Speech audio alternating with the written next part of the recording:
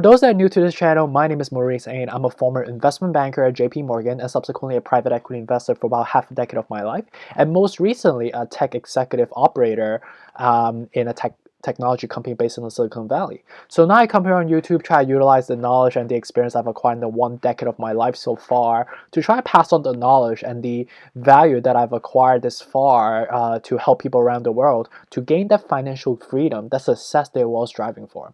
All I'm really asking for you guys to do is to hit that like button below, that subscribe button below, and then notification as well. It helps me, it helps with the notifications, it helps with the YouTube algorithm to get the words out there. Hopefully we can all rise together financially and successfully.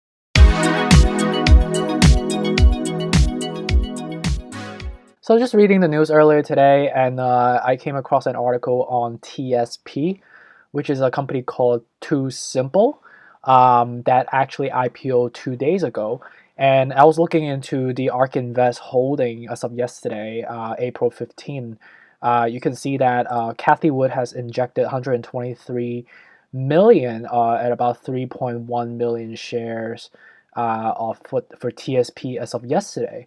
And you can see that she basically bought on IPO day, both on the RK fund and the RQ fund. So I did a little bit digging around, try to do some due diligence on this company as an initial coverage to see if there's any potential there, what is this company's about, and what do I think about this business going forward, right? Taking around the website, taking a look at the high-level overview of this company as I'm doing this early initial coverage, knowing that it only IPO yesterday. So I just want to look at the company on a high level, look at what they do specifically. It seems like they are a trucking company, with an emphasis on self-driving technology, and so through the development of this industry-leading autonomous driving system, so they have like this OEM system that they work with Navistar and Trenton on the creations of this Tusimple autonomous freight network called the AFN. So basically, they have like it seems like this is like a licensing play between the trucking system that Tusimple has that provides, and also with the combinations of the strategic partnerships that they have with Navistar and Trenton, aka this network that they have called the AFN. And the value proposition that they have here, obviously, they are focusing on the long haul redefined trucks. With respect to some of the AFN advantages, is that they are collaborative in the sense that they is a network, right? So you're basically contracting with like 3 companies as a whole, which is the Navistar, Trenton, and then Tusimple, which is the glue that holds it all together as an ecosystem, and subsequently provides this as like a product as a whole, aka this autonomous technological trucks that they provide, right, as a product. So some of their advantages they provide here is obviously reduce carbon footprint, which is the whole point of this whole EV movement with respect to low cost pricing, obviously in comparisons to the traditional diesel trucks that has been running for ages. And on top of the autonomous factor, knowing the fact that the US supply for truck driver is running out, right? The aging populations for these truck drivers is pressing issues, which subsequently drives up the cost for a lot of truck drivers because of the shortage, and this can subsequently drive down the price significantly in the long haul trucking industry, which is a significant catalyst that I foresee as a major propeller for this business going forward. And going down the line here, looking at just more about the AFN that they talked about, it seems like they are currently partnering with some of the major players in the logistics world, like UPS, USPS, and some of the other ones that you see here, including the Trenton, the Navistar. So definitely seems like an interesting moat, interesting ecosystem that they've built for themselves. So overall, it seems pretty promising based on the initial read so far.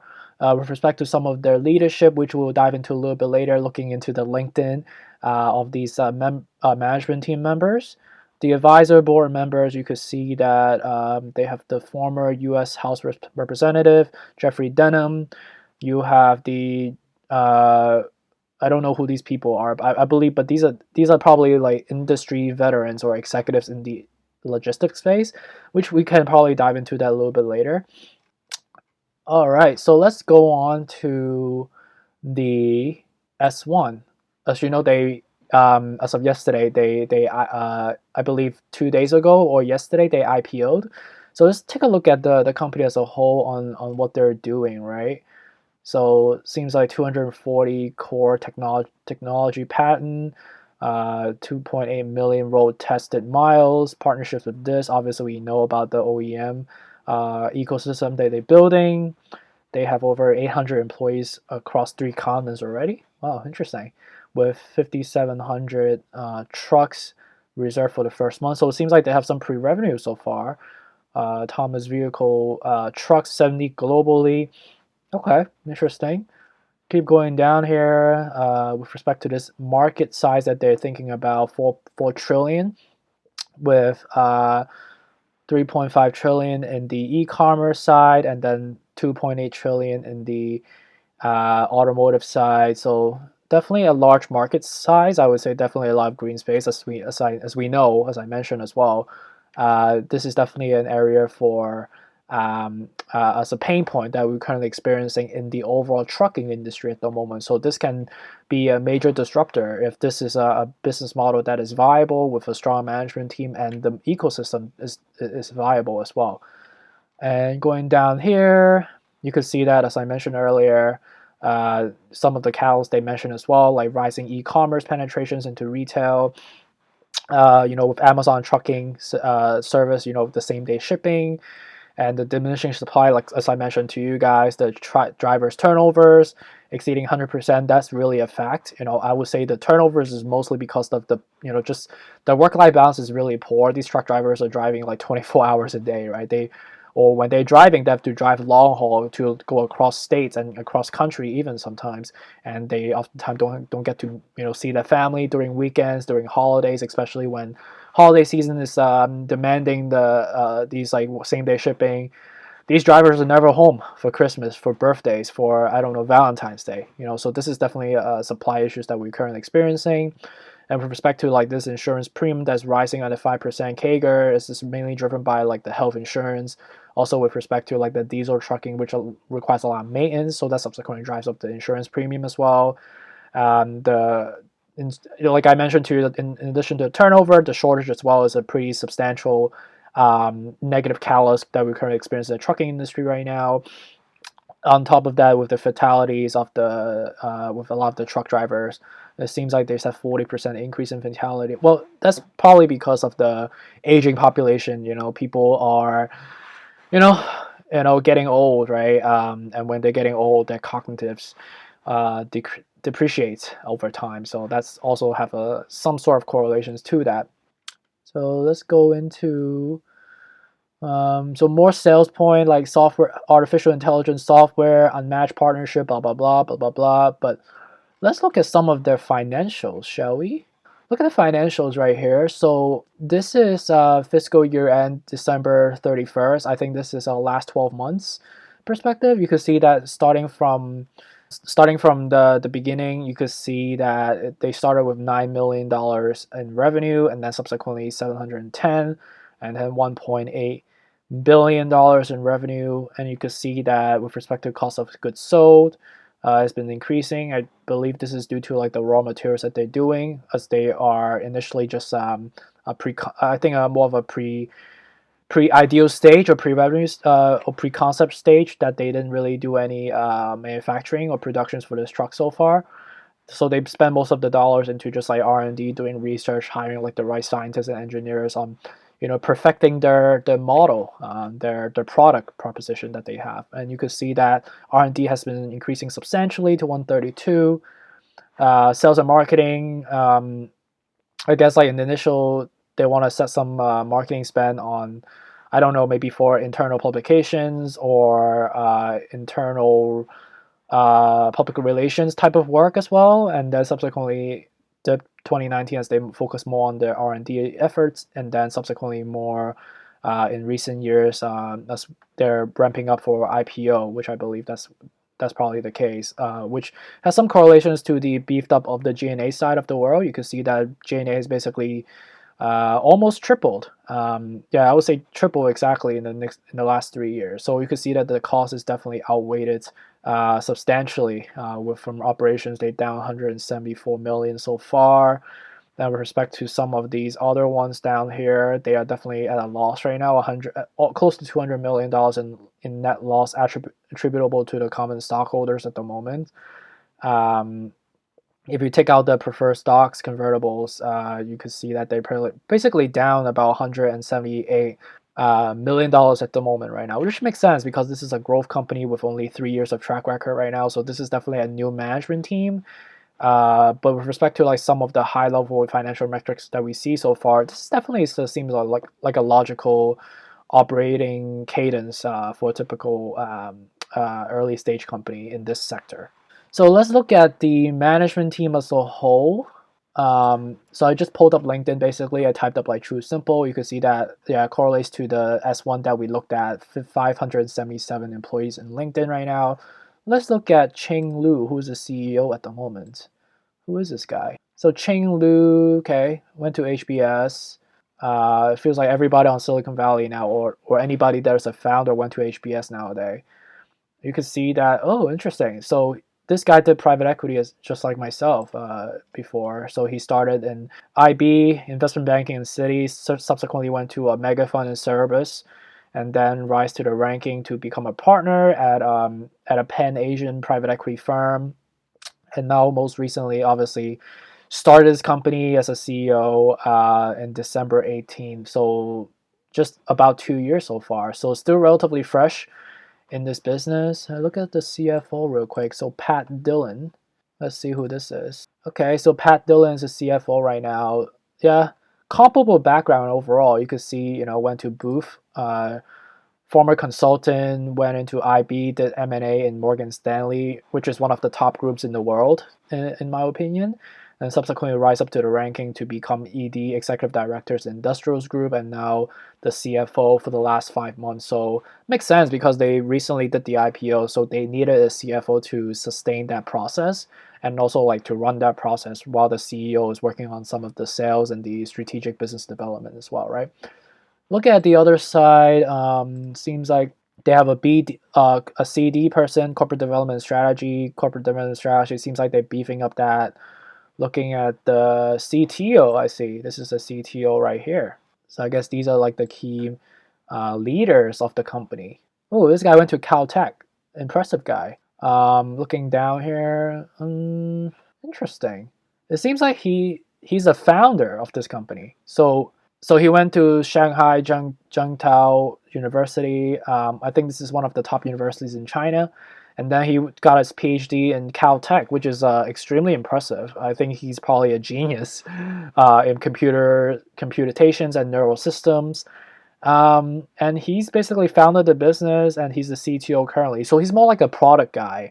And it makes sense to hire a CEO with more like the financial strategic side of the that type of initiatives, to be complementary skill sets to the founder who's like a CTO. And I would say, with respect to his experience, I don't know much about the experience. Does it say more about this?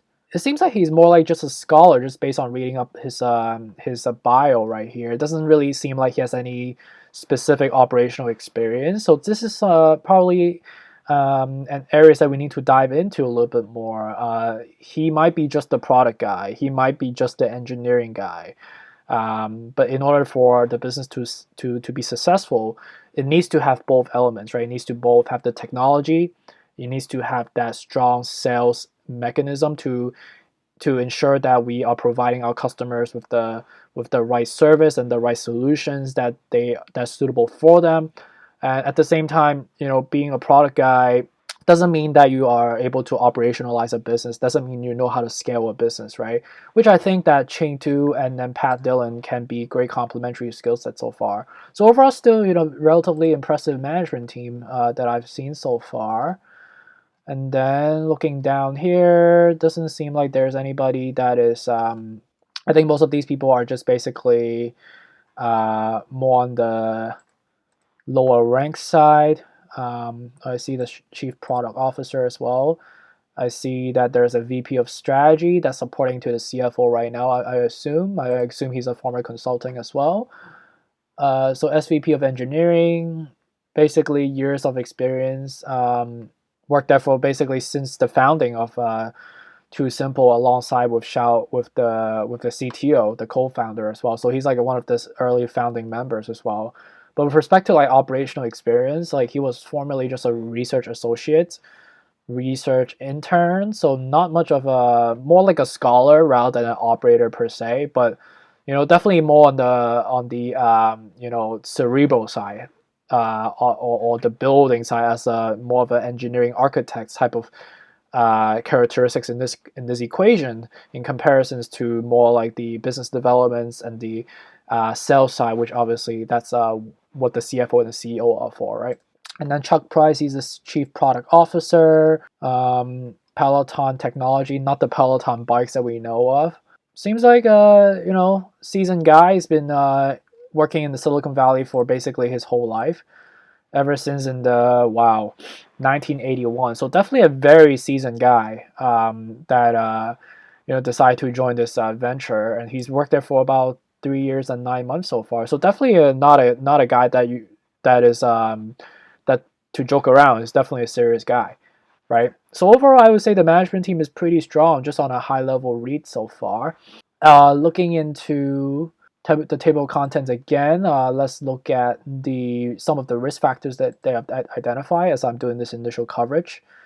Let's see how specific they are, positioning themselves. So firstly, autonomous driving is an emerging technology and involves significant risk and uncertainty.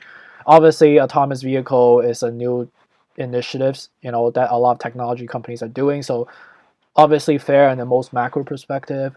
In terms of like the operating experience, yeah, that's something that I've been talking about. Just look at the profile, right? They are a new team, that have been just formed in the last half a decade so far. And it's basically founded by a product guy, engineering guy with a limited amount of operating experience, right? And that's why they needed the two heavyweights, the Cheng Du person and then the Pat Dillon person, which you see here, right? Both have illustrative experience on the banking side, on the Wall Street side, which subsequently can provide great connections, to gain more tractions in the business world and also in the fundraising world, as they're going to need a lot of that, and to further sustain the capital growth and the business growth going forward, right? So looking down here, so these are some of the risks that they have. Navigating evolving complex regulatory environment makes sense. Designing, okay, so these are just more like tactical operational hurdles that they identify, which all fair, all makes sense. Going down here, our business model has yet to be tested, and any failed commercialization on a strategic plan would have an adverse effect on our operating results. So that makes sense as well. This is a relatively new business model, right? Technically, they have only had about 3 years of operating experience, right? Financially speaking, they founded like probably half a decade ago, like 5.5 years ago. But in terms of like operationalizing this business to more than just an idea, yeah, definitely still a lot of room to grow so far. Since the market for autonomous vehicles is relatively new and disruptive, our level 4 autonomous technology failed to gain acceptance from users. Okay, this is more just a potential opportunity for us rather than a detriment, but definitely a risk, and this is something that all autonomous vehicle companies are experiencing right now, including Tesla, which is the model or the big dog in the industry right now. So this is a fair point as well. Autonomous driving technology and related hardware and software could have undetected defects. Okay, so this is just more like a tactical technology risk that all software goes through, all hardware goes through as they refine by using, and that's what the R&D budget that they're using for, right? To do the testings, to make sure that the Q&A, the quality assurance is sustainable, the product is reliable enough to durate the long haul, which is what you basically the company's making, right? The long haul trucks. And then operations of our L4 autonomous semi-trucks is different from to be familiar with users. This is just more like a market adoption play. It's, this is this sounds like a unicorn alien type of concept right now, to have trucks to drive itself to deliver from point A to point B. It's still a relatively new concept, so it just takes some time for people to adapt and get used to it in a market perspective.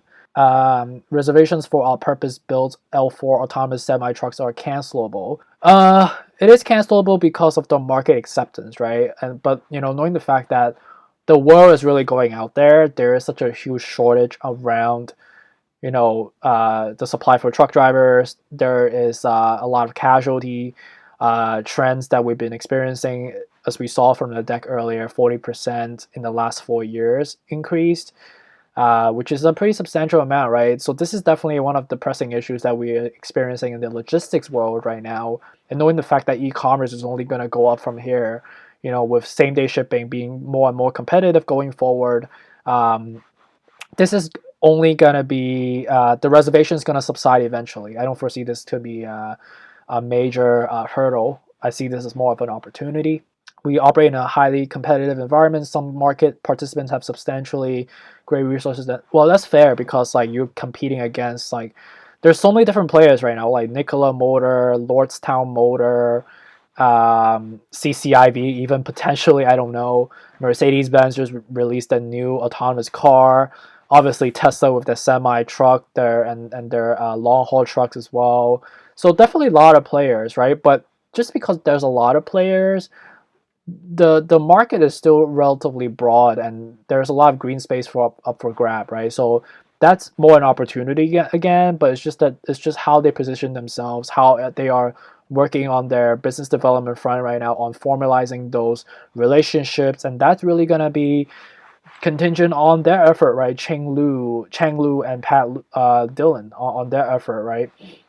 And also with the Sao Don Lee, which is the CTO, how they are able to triangulate their assets, triangulate their value propositions and their experience on Wall Street and the technology side, on basically having that sweet spot, and go out to raise more capital and convince investors around the world for the better, right?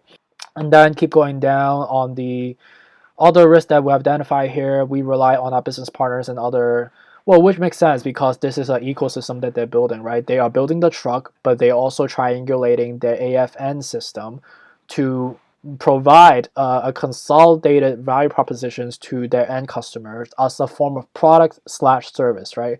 So if there's some sort of like collaboration conflicts between the partners, that can subsequently, you know, deteriorate the relationship, and next thing you know, you could lose a major relationship, and that could have a negative correlations to the customers acquisitions, sales projections, and etc and etc. So this is definitely something that you need to look out for.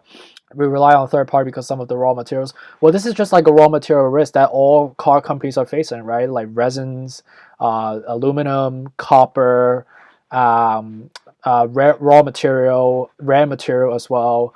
All of these are susceptible to supply shortage, right? And these are just basic risks that we need to understand, but this is put this on the relatively low spectrum.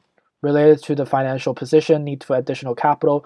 Yeah, there are, for this point right here, this is just a risk that most early stage companies need, right? They're constantly utilizing a lot of their cash to do R&D, to perfect their business model, to perfect their value proposition. They have to work a lot internally to allow for long-term success, right?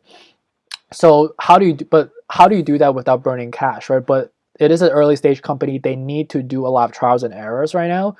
So it makes sense why they need to raise more capital going forward. It makes sense why they would would call this out as like a financial risk, because it is an early stage company, right? So this is basically like a truck tech startup, so definitely on a higher risk side, but it's a fair point that they're bringing up.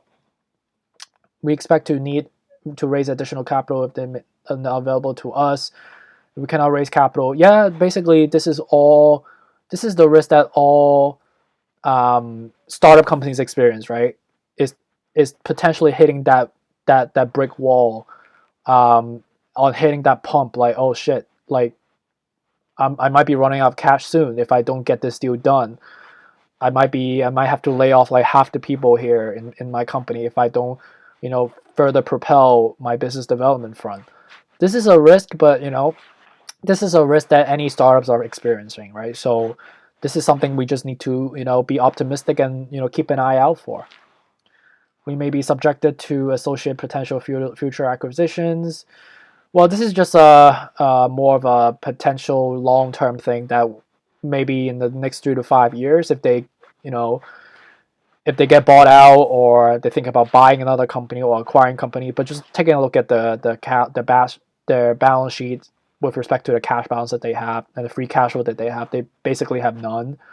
They basically raising capital to sustain their operations and the R&D initiatives right now. So this is a pretty far out risk to be, in my opinion, right now.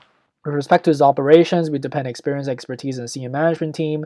Well, this is more the key management team's risk, right? As I mentioned to you, like the Cheng Lu, the Pat Dillon, and the Sing Lao Hu person, the three major drivers in this company, they need to work well together, right? And whenever you are, just like for personal experience perspective, right? Whenever you're working at a new company, it takes time for you to ramp up. It takes time for you to warm up as well.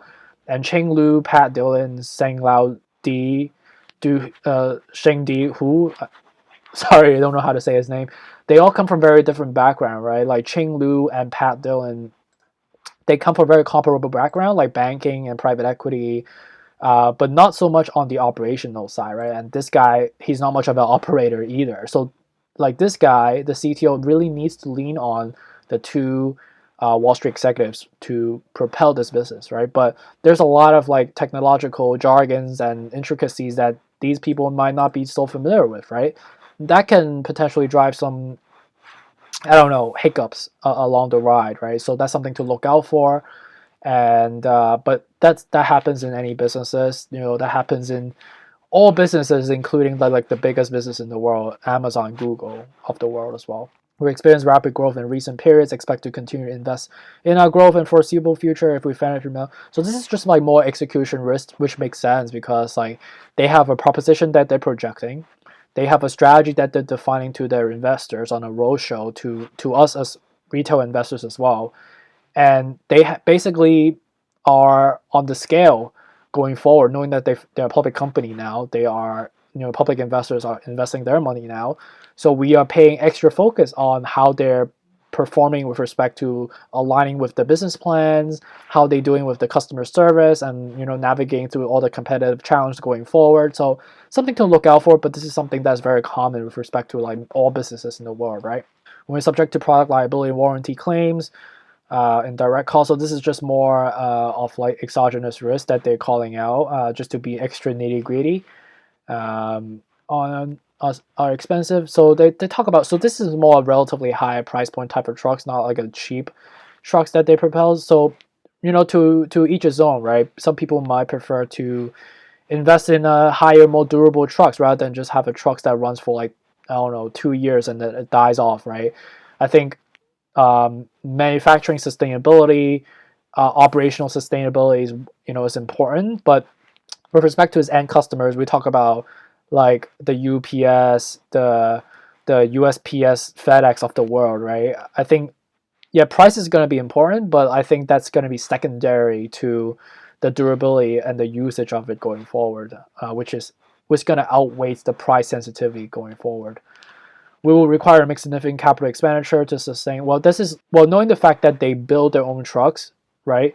On top of that, they're gonna have facilities to build these trucks, or if they're renting, they're gonna incur a lot of capital expenditure, right? Both on the manufacturing side to have the machinery to do so, but also with respect to like the raw materials to build these trucks, right? Alongside with the engineers being led by the CTO, right? So this is fair. This is to do this. This is not an asset-light business. It's a very asset-heavy business, knowing that this is an automotive trucking business to be more specific. So that totally makes sense, but nothing to be worried about. It is just what it is, right? We in our manufacturing may experience significant delays. This is just more like an R&D. This is basically a timeline expectancies between the R&D timeline that they have defined with respect to how they're pushing out these products, with the product team and the manufacturing team going forward, how they are going to be able to triangulate and collaborate in a very smooth manner, aligning with their target dates that they have defined in a timeline up until to the point of productions and marketing and advertising to push out these products, right? So this is just a lot of triangulations, a lot of like business maneuvers internally to make sure that we are meeting investors and customers' expectation. So this is a fair point, a common point, and this is something we definitely need to look out for. And the rest of these here, I'm just like going on and on and on right now. They have a lot of risk here that they have identified, but I think most of these points are fair. But I feel like they just like overstretching it sometimes. But these are all fair points. I'm not like undercutting them. For L4 autonomous semi trucks failed to perform expected. So okay, so this is more like another marketing execution risk that they have that defined here. It's like contingent on you having the products, but are you going to be able to sustain the AFN network, the marketing?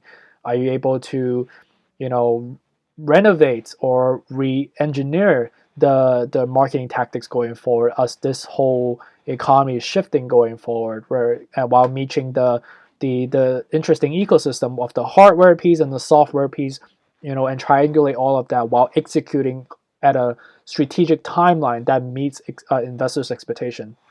Something to look out for, but I would say this is a very specific risk, but I think it makes sense as well. But it kind of falls into one of the buckets that we have already mentioned on top, right? If we're able to establish and maintain confidence in a long-term business, so this is more like a long-term risk. How sustainable is the business in a long-term perspective rather than just being a short fuse. Something to look out for. We identify material weakness in our internal control financial report. Additional material weakness may meet our reporting obligations. So this is just more of their internal capabilities with respect to like the investor relationships effort, the FP&A efforts, their corporate development effort, which we saw that they are already building the team right now, slowly by slowly. So this is just more like an internal human resources type of risk that it just takes time to integrate a business. It takes time to erect any businesses. It takes time to integrate all the key players in the business to sustain a business in the operational cadence going forward. So fair point, but nothing to be totally worried about. All right. Some of the other risks would be like pandemics, natural disaster, which are exogenous risks. We are in that right now, but I foresee this going to subside going forward in the near future. And then some of the other ones here just basically has to do with like IP, IT, data privacy. These are just more like technological risks or legal risks that we do have to be aware of, but it seems like they're pretty buttoned up already. So nothing to really go over on. Anything else that we need to look out for? So most of these are just like legal risk again. So that's pretty much it overall on my high level due diligence on this business. I know I went through quite quickly on the overall business as a whole.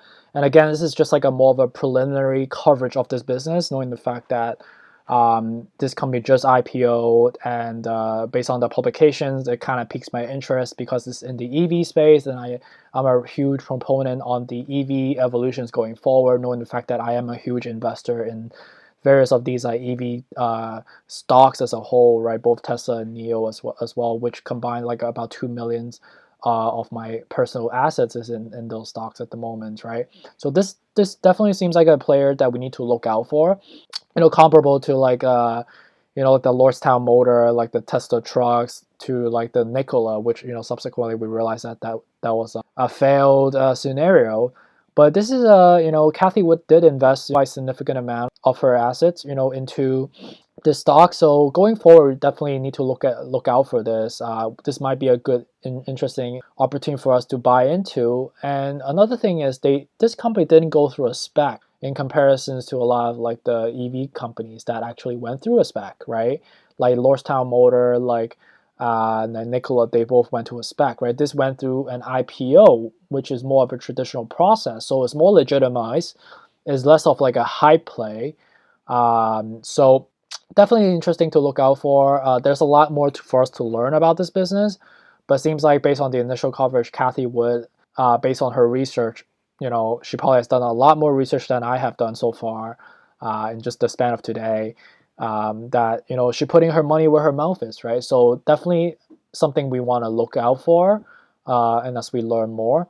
So that's it for today. Thank you so much for watching again, and stay tuned for the next video.